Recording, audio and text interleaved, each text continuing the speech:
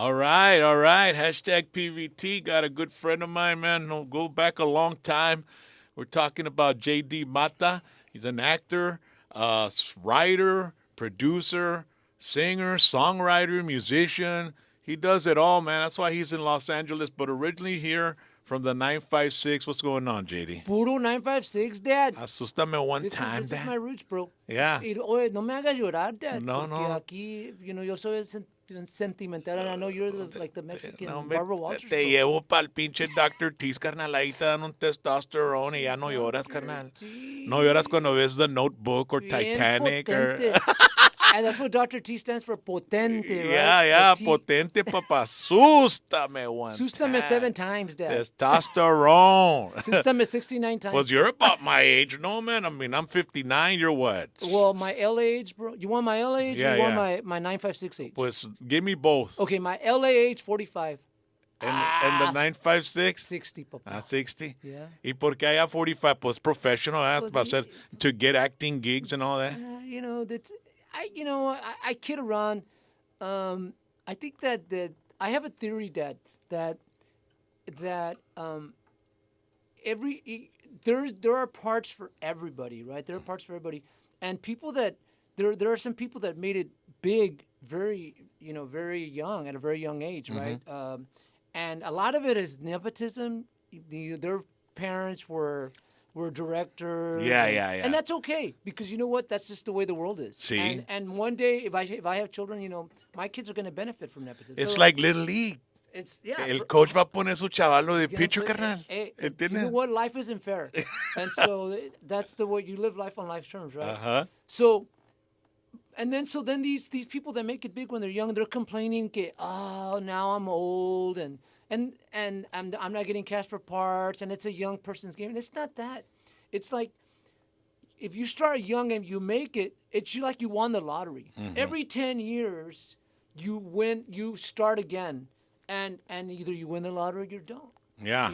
And right now I'm at 60, so between 60 and 70, I filled out my lottery card again, and my chances have gone up as making it because I've been there 26 years now, and I've done a lot of stuff. Uh-huh. Like right now, there was a show called This Is Us. I don't know if you've heard about it. The casting director this was 3 years ago, kept bringing me in. It was a big network TV show, and I just never quite got the part. But she remembered me. And she brought me in. There's going to be a remake of I can't say because it's signed a non-disclosure agreement. Sí. But it's a The Bachelor with JD Mata. Ay, esa. Con chingo de viejas, carnal. I'll do this one for free. a Latina to the Puro right. jacuzzi action, carnal. Nicole Kidman Un to the left. diverse cast, Oh, ¿no? yeah, why not? De todas edades y todos sabores, Man, I papá. like the way you think. Stinking thinking. Ahora papá. hasta los viejitos le tienen ese jale, ¿no? The Golden Bachelor, ¿o qué? No, un pinche viejón yeah, con unas viejonas y la chingada, milfas y cougars y la chingada, ¿no? No, man.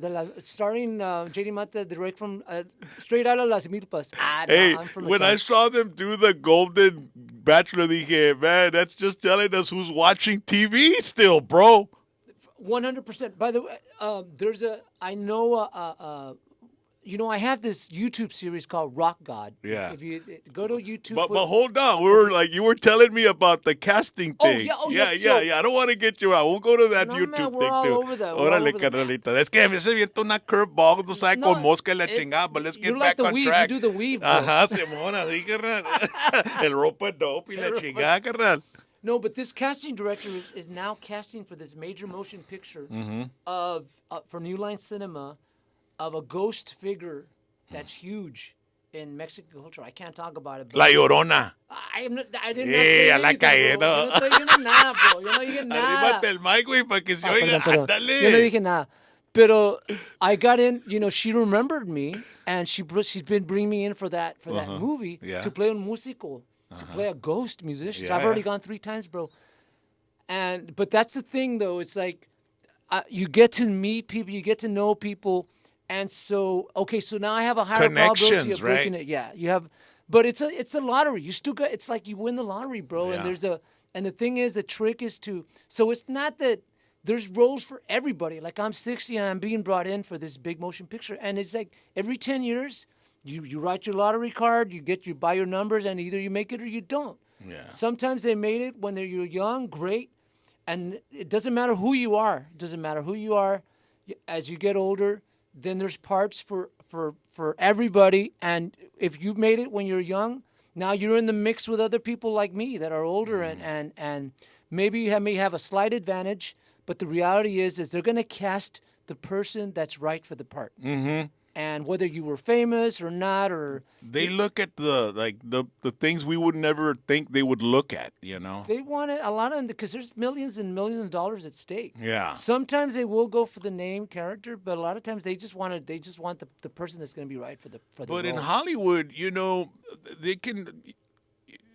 can always do an acting job of a character that's 10 years younger than you. I mean, I remember seeing, some shows and movies about a high school, and all the actors were in their almost 30s. You know what I mean? And they bring them like they're high school, and you think they're high school people, they're high school age, but they're not. The reason they do that, Rock, is and it's because if they hire people that are young, they can only work for 6 hours, and then they have to bring in tutors and stuff. Whereas if you bring in somebody that's 21 but looks 16, they can work they work as an adult. Yeah, So there it's, you it's, go. it's fiscally advantageous. Yeah, yeah. But like I just got one of the roles that I got was I was Danny Trejo. I was his body double, bro. I see. Yeah, in a motion picture, and my agent submitted me, and I don't know if that's like, is that like, I don't know, is that like a compliment or? Porque see- está feo, pinche Danny No, Trejo, man, carnal. I'm the good-looking version. Ah, I'm okay. the young Danny Trejo. Ah, órale, está bueno. From far away, I El guess que I look like boxeó him. en Runaway Oh, Train. yeah, Remember exactly. that movie, dude? That was awesome. I'm the freaking Machete Junior, bro. Árale, I'm the está up and bueno. coming Machete. But and then so it's interesting how you never know what happens. You never know where your opportunity is going to come. The trick in Los Angeles, my superpower is I stay. Mm-hmm. Because you can't leave a day before the miracle happens, right? Yeah. And like I said, there's a movie that I did film called Clica, bro. It was supposed to be released August 15th. I play a musician who plays corridos, and the young buck, he's in a gang and stuff, and they think they know how to play corridos. Like, hey, well, hold on a second, that's not corrido. And I actually play a corrido in the movie. I'm a street musician. Uh-huh. And it was a really cool, prominent scene, and it was supposed to be released August 15th. If you go online and you put Clica, it was supposed to be released. For some reason, they pushed back the date, but it's now going to be released 2026. So you just never know. You just never know when your time is going to come. But the trick and the name of the game is to stay, and you gotta be. I was Persistent, consistent. you have to be. For me, I was summoned there, bro. Like, I wanted to be a college professor. I went to Pan Am. I got my bachelor's. I was working toward my master's, and I got all my coursework done. I just needed to do my practicum, my thesis, and there was an issue with the department head where he wouldn't let me finish the thesis. That's a whole other Oprah moment. That's a whole other rock moment. We'll have to talk about that. But that's when I made the decision that I want to go to Hollywood. And it's something that I've always wanted to do since I was a kid. It's in my DNA. I was summoned there, bro. You have to be. It's not even about you want to get rich, you want to get famous, but it's also that's my calling. Just like I know the reason again you're freaking legend, bro, is because you were called to do this, man. No matter what. Because it's not all glamour. It's a lot communicator, of late hours yeah. and be an effective communicator. And I come from a long line of musicians and actors, and so I didn't have a choice. I was summoned, and I listened to the DNA, to my sangre that dictated for me to move to Los Angeles. And so that has to do a lot why I've also stayed 26 years, and I'm going to be there till the day I die. You were in your early 30s when you took off, man. 34? Yeah, I was 34. Yeah, and it's interesting. You were saying you come from a line of actors and stuff. What your sister did, Leti Valadez from Channel 5, she was one of the first Hispanic next to Gloria Campos. She was another one from here, from locally, from the Rio Grande Valley, as far as anchoring a newscast. She was on Channel 5 for many, many years, and she was amazing. And for her to do, an anchor job, there's an acting element to it as well. When you read the story, you gotta make those facial features. If it's a serious story, if it's a fun story, so your sister was very, very cognizant of what she had to do and how she had to deliver the news, man, which is a talent in itself as well. And I'm sure that rubbed off a lot on you también, no? 100%, bro. I had to escape McAllen. Oh yeah, bro. I was known as Letty's little brother here in the valley. Yeah. We're the Mexican Donnie Marie, bro. Which isn't bad, man. I No, mean, not at all. to be known as the younger brother of, and it does make you feel like you got to do something as popular as she does, but you wanted that. Yeah. And No. and you were working at Dillard's when I met you. That's right. And you wearing the little tie and the suit and all that stuff, and you must have been in your teenager, bro? You I was must have been early probably 20s, early carnal. 20s, maybe 19. Uh-huh. Yeah. Yeah, because I was 17 when I met you. Wow. Then I was 18, bro. Yeah, you were 18. No, I love working dealers. I've always loved. I've always worked, man. My first job was a paper boy, and then after that, I got a job as a sacker at HEB, and then Dillard's. And I was working at one time. I was working at Valley Keyboards. I was working at Dillard's. I was giving guitar lessons, and then after I graduated from college, I taught Catholic school. And then during that whole time, I had a band as well.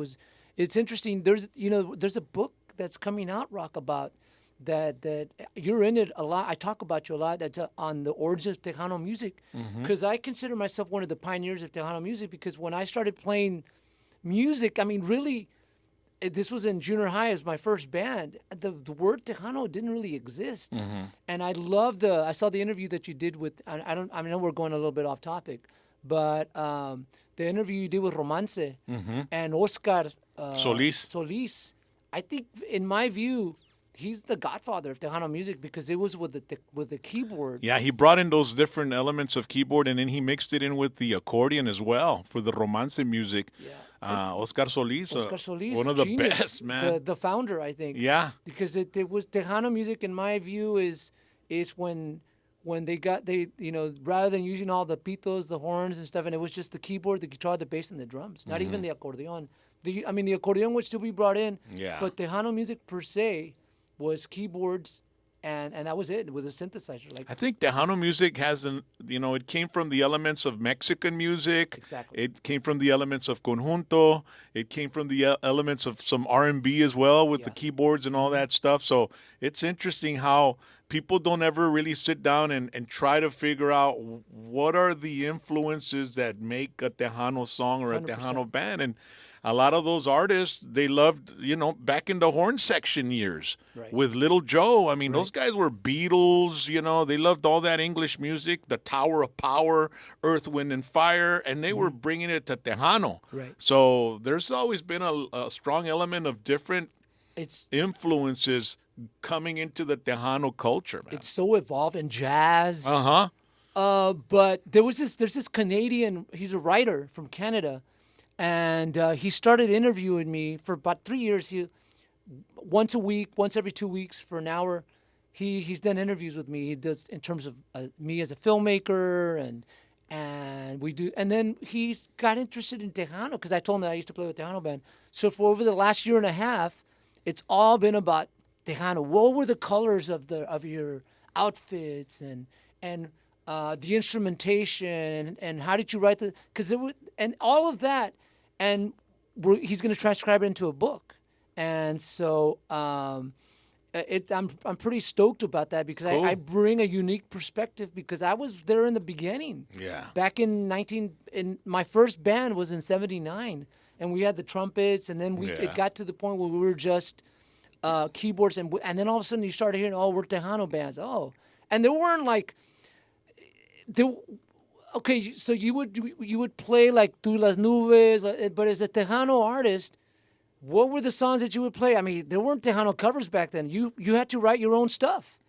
It was we just inherently wrote our own stuff because there wasn't like R&B where you have other music you draw from. You did have like cumbias and Jose Alfredo Jimenez, but Tejano music per se, if you wanted to make it authentic, you had to write it. Yeah. And it's nothing that we were like, oh, we have to write our own. It's just something you just did. And a lot of them translated international Mexican songs into Tejano, like Jimmy Gonzalez. He did a lot of songs that were from Juan Gabriel and, a lot of other artists, and he turned them into the Tejano style. 100%. When in the early 30s, when you were, I guess, 34, 33, and you decided to go to L.A. Yeah. and follow your career, what were you doing here? Were you working? What did you give up here to go there? That's a great question. I was at the time I was just playing as a solo piano player. I used to play Pepe's on the River. I You remember that? Yeah. I was On Salduas Park over there, at by Salduas the Park. river. I was inside, and then they'd have a DJ on one side, and they'd have like a rock band on the other side, and I'd be inside playing So piano. you were just making a living I out of was doing just- solo stuff? I was just doing solo stuff. Playing here and there. And And back then, it was decent money. It wasn't too bad, man. I mean, we were doing pretty good. Nowadays, it's like they don't pay too much for the bar bands and stuff. But back then, we used to make a pretty decent amount, and I was doing really well, bro. yeah.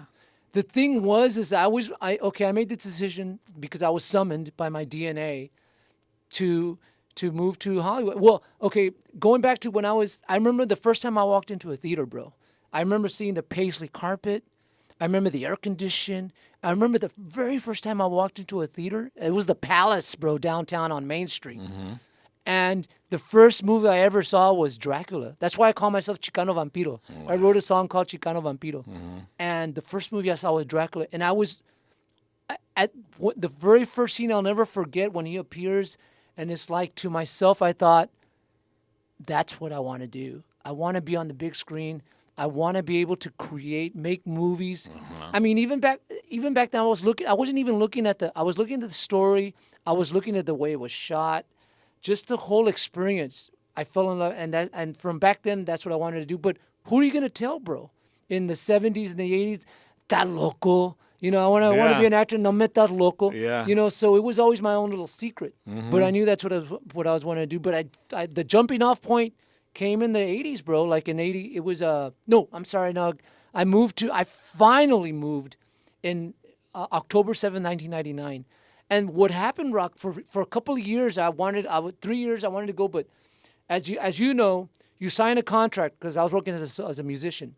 You sign the contract for let's say right now estamos in September. You're already signing contracts for December and for May, right? And then you get deposits. Yeah. Like I would sign a contract. ¿Le pudiste con los deposits o qué, carnal? Yeah, nombre. Well, okay, so I would, let's say I get a gig. Let's say back then I would get a gig for May 15th.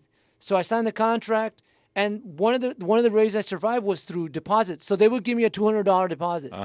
So that means I can't leave until May because I got to fulfill that obligation. Yeah. Then May comes along, and I'm signing contracts for December. Yeah, because you can't say no to the money. You can't say no to the money. So for 3 years, that was that cycle. It's like, man, I got to break this cycle, man, because I want to finally move to Los Angeles. And How did it feel when you got to Los Angeles and you didn't have those deposits anymore? It was a little rough at first. Yeah, I mean, how did you survive? Because I remember when I went to L.A. the very first time, everybody I met was an actor. I mean, the taxi driver, the clerk at the smoke shop, the waiter at the restaurant.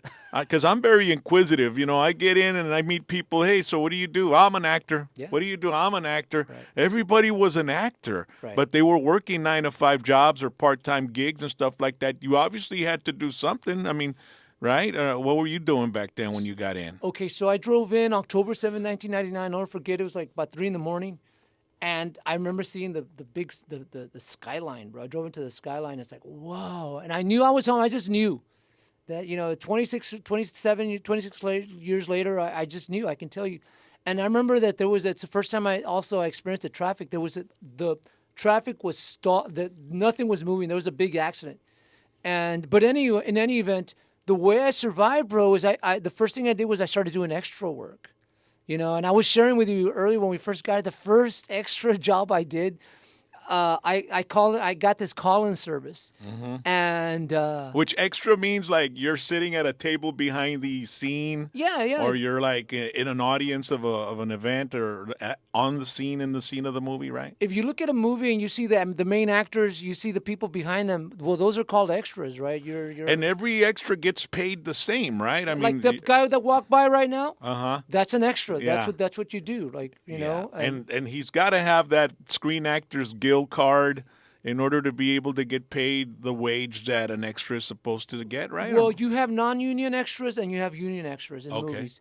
If it's a union movie, they can hire like 15 non-union extras. You don't get paid as much, but the great thing is they pay you a little bit, and you get free meat, you get free food, bro. Yeah. Craft service, you get a meal. If The you green work- room. I know people that do that's their career. It's great. Uh-huh. You go. It's like we're telling you, hurry up and wait. You get there, you probably don't shoot for 3 or 4 hours Yeah. because they're setting up the lights and all that, and you're getting paid. And they have a craft service where you got munchies, bro, Mm-hmm. and then they break for lunch, they feed you, they break for dinner, and then if they go overtime, you get paid overtime. Yeah. So there's non-union, but if you work as a union extra, bro, after you get what's called 3 vouchers, 3 union vouchers, you qualify for the union. Now, as a union extra, they also have to hire X amount of union extras for movies as well. Wow. As a union extra, you get all the perks that every union actor gets: the best food, the best craft service. Mm-hmm. But that's what I started doing first. And the first extra job, I remember the call-in service calls me, well, would you be willing to do the Kama Sutra series? I didn't know what Kama Sutra series was. I was just excited they were coming. Puro rated X, carnal. Yeah, I said, yeah, I'll do it. So I show up on set. It's this little sketchy set in the valley, bro, in the San Fernando Valley. It's like, and you know, San Fernando Valley back in the day was known for its, you know. Yeah. That was a porno industry there. So what? And I'll never forget that I walk in there, and I remember the set. You know, the air conditioning's on, but they have to turn off the air condition because it makes noise, and it would get really, really hot. And I remember the director. You know, he was dressed in huaraches. It's like he goes, okay, so you're gonna walk down the hallway, just like right down the hallway. Then you're gonna walk into this office. You're gonna drop the papers in the desk, and you're gonna walk out. I go, I was all excited. All right. No, me, Dad. I'm walking down the hallway, and I'm hearing,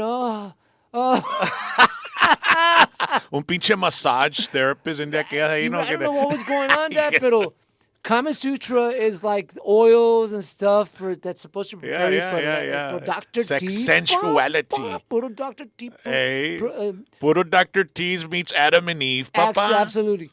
But it wasn't a porn per se, but it was like soft. It was pretty. It was pretty. It was like risque. the Skinamax Yeah, movies, exactly, the Cinemax After Dark. No, man. Emmanuel in Bangkok. Exactly. So that was my first extra job, Dad. And then from then on, I continued to do extra work. So that's how I survived for about the first couple of years. And then I ended up, because I'm degreed, right? I ended up getting a job at a Catholic school. Okay. So that was cool. I was a teacher from when I got there. I got there October 7, 1999. I remember I got the teaching job after the Christmas holidays. So in 2000, I came in and I worked as a teacher.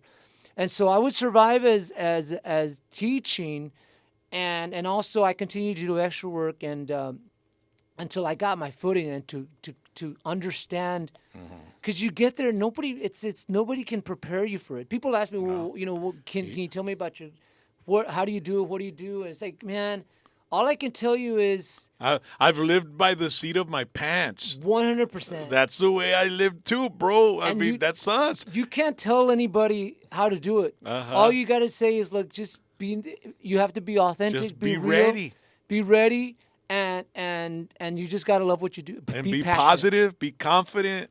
That's all it is. And the sky's the limit. If you fuck up, you fuck up. Just keep going. Bro, I'm surrounded by no people. Yeah. Everybody says no. Everybody says no. Yeah. Hey, look at me. I'm estoy en chulo, papá. No, ¿sabes qué, güey? I mean, that's some of the biggest accomplishments have come from being challenged by people that don't believe in you. Right. And so what happens? They don't believe you. So in 2003, after I auditioned for General Hospital, bro. I got a big with the main casting, but I just wasn't ready. Also as an actor, bro. No. But the main casting.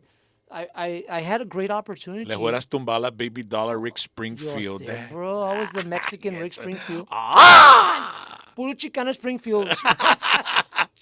Spring labor, papá. Ya. Labor del otoño. No, otoño's fall, Yo right? me llamo El Ricardo verano. Labor de los veranos. Yeah. Labor del verano. Exactly. Hey, Yeah.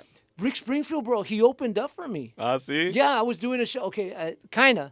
I was playing a show at a festival, bro, and I was gonna play before Rick Springfield. It's like, what? He goes, yeah, and it turns out I get there. He goes, Rick Springfield has to leave, so he's gonna do your slot, and then you're gonna play after him. So Rick Springfield opened up for me, Shit, bro. man. Para que sepan. Robbie Krieger Yeah. opened up for me. Órale, también, from the bro. I did Doors? from the Doors. He we did a telethon, and he played before me, and then I played after him. So he opened up for me too.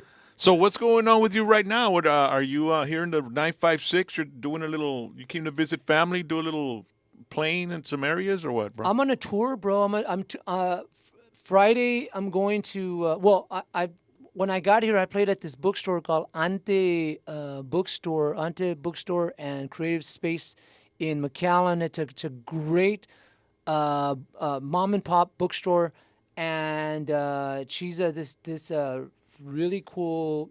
She's a Chicana educator, and she allowed me to play at her stage. So this past Friday and Saturday, I played at the Ante Bookstore, and then Friday I'm going to be in San Antonio. Saturday I'm going to be in Austin, Dallas, and Sunday I'm going to be going to Dallas, and then on Wednesday I'm going to be in Santa Fe, New Mexico, and then I'm going back to LA. I'm driving back. Yeah, so it's kind of a little tour, little Texas tour. I always get people that hit me up, hey, when are you going to come play? You know, and so I'm killing two birds with one stone. I come to see the jefita, see my mom, who I adore. One of my superpowers, Dad, is I call my mom every day. I always tell people, well, give me, what is it, how is it that you're happy and you're joyful? Well, the first thing you have to do is if you're lucky enough to still have your parents, call them every day. And I know you honor your father, bro, and your mother. Oh, yeah. That's what I love about you, man. Oh, yeah, I take them everywhere. You take them everywhere. Everywhere I can. My mom doesn't like going out too much. Yeah, my mom She said likes that. to, no, I'm going to stay home. My dad, whether he likes it or not, I drag him to all the parties. And He's great, Yeah, he man. loves it, man. But, no, man, JD, I appreciate you coming by. Thank you, bro. And I wish you nothing but the best. And, ladies and gentlemen, you can follow him on social media. Give him your social media handles, bro. Okay, so I'm on Facebook, JD Mata. I'm on Instagram, JD Mata 13. I'm on YouTube. On YouTube, I have a YouTube comedy series called Rock God. Put Rock God, JD Mata. I even wrote an episode for Rock. Do you remember that? Remember that episode? Yeah. And I have a ton of music videos.